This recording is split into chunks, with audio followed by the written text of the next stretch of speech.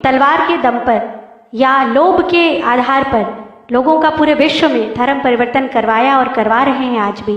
तो हमारे यहाँ से भी एक साधु निकले, स्वामी विवेकानंद जी, लेकिन उन्होंने पूरे विश्व पटल पर भारत की जो छाप छोड़ी, वहाँ किसी से भी नहीं कहा कि आप मेरा धर्म स्वीकार कीजिए तब आपको ईश्वर प्राप्ति होगी।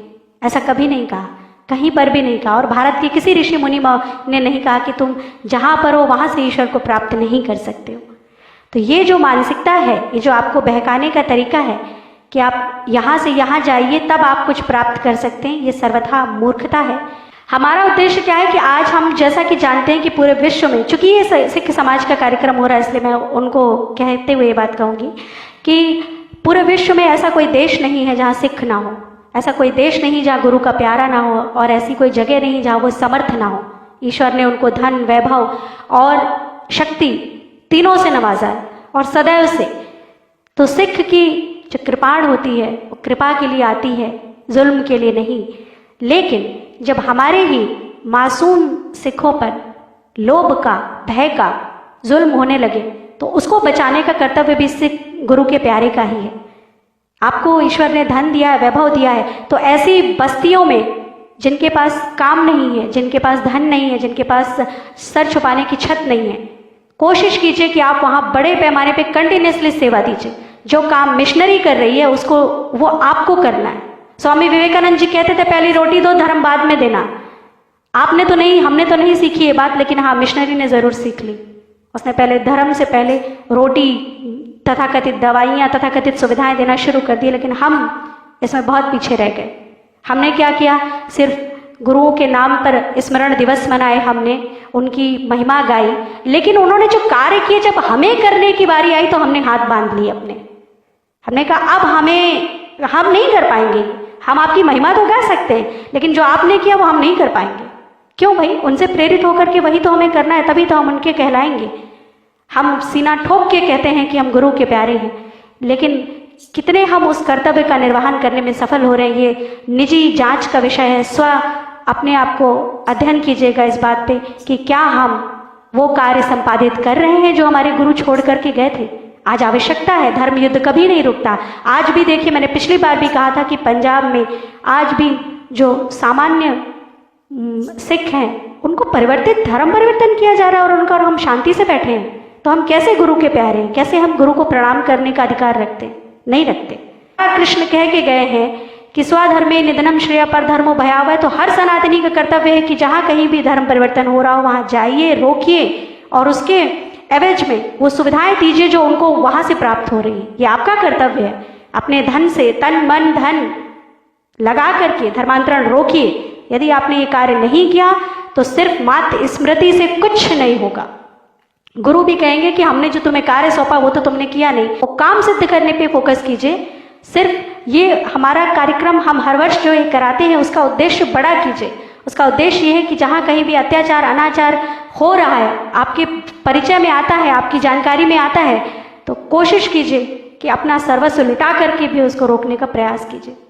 क्योंकि भय गुरु के प्यारे को नहीं होना चाहिए, क्योंकि मृत्यु का भय तो बहुत पहले हमारे आध्यात्मिक ज्ञान से ही समाप्त हो जाता है कि ये शरीर सदैव नहीं रहेगा। ये तो हमारा मृत्यु का भय तो बहुत पहले समाप्त हो जाना चाहिए। तो बाकी किस बात का भय? ये धर्म, ये जो आपका धन वैभव है, इसको आप छाती पे रख के तो यूं भी नहीं ले जाओगे। अपने बच्चों के लिए, अपने पोतों पोतियों के लिए छोड़ भी जाओगे तो वो क्या कर रहे हैं आजकल? क्या वो गुरुओं की सीख पे चल रहे हैं? वो देखिए, वो पब में जा रहे हैं, वो अपने जीवन को सोच रहे हैं कि मैं जितना लग्जीरियस बना लूँ अपने जीवन को, वो हमारी लाइफ का हमारा एक स्टाइल हो गया है। क्या हम लग्जीरियस लाइफ जीने के लिए गुरु के प्यारे बन रहे हैं, या कृष्ण के प्यारे बन रहे हैं, या राम के प्यारे बन रहे हैं? नहीं, ये हमारे जीवन का उद्देश्य नहीं। Yes, we do need the facilities, but that should not be on your head, that should be in your feet. आप ऐसी परिस्थितियों में भी जीना रहना सीखना आना चाहिए। जब गुरुओं ने अपना महल छोड़ा, आनंदपुर साहिब का महल छोड़ा, तो वो कैसी परिस्थितियों में नदी को पार करते हुए जंगलों में, छोटे छोटे घरों में रह के उन्होंने अपना जीवन जिया। तो हम उनसे प्रेरणा लेकर के यदि उस क्षेत्र में कुछ कार्य करें तो ही सच्ची हमारी उनके प्रति श्रद्धांजलि है, श्रद्धा है, विश्वास है।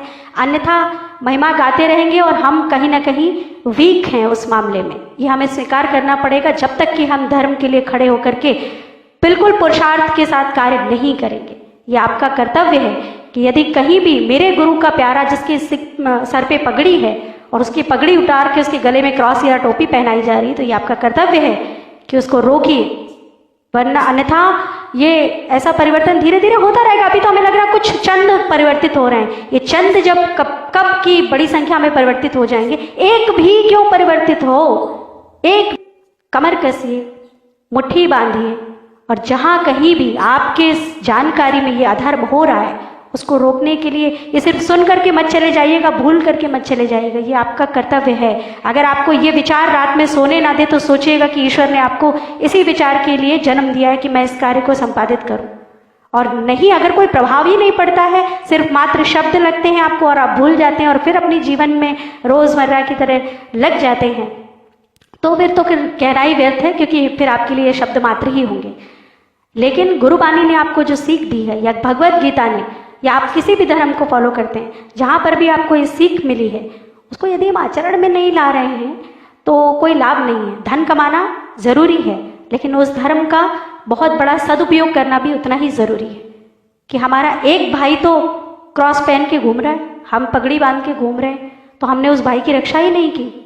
उसको हमें जो देना था, जो सुविधाएं देनी थी, वो हम नहीं दे पाए, इसलिए उसने दूसरे का घर स्वीकार कर लिया। यहाँ हमारी हार होती है, इसको स्वीकार कीजिएगा, समझने का प्रयास कीजिएगा। ये हमें बहुत आवश्यक है समझना, किसी भी आप धर्म के हो।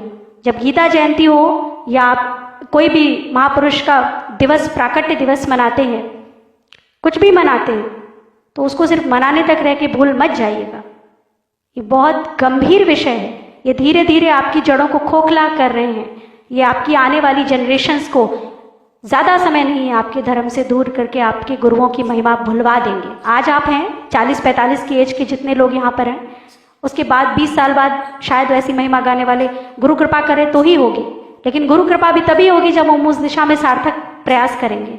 मेरा सिर्फ इतना ही निवेदन है, आप सब यहाँ आते हैं, बहुत अच्छा लगता है, लेकिन यहाँ से जो कुछ सुनते हैं उसको जीवन में ज़रूर आचरित कीजिए। मेरा आप सबसे हाथ जोड़ करके करबद्ध निवेदन है ये, इसको सुन करके भूल मत जाइएगा। ठीक है। सतनाम वाहेगुरु, जय श्री राम।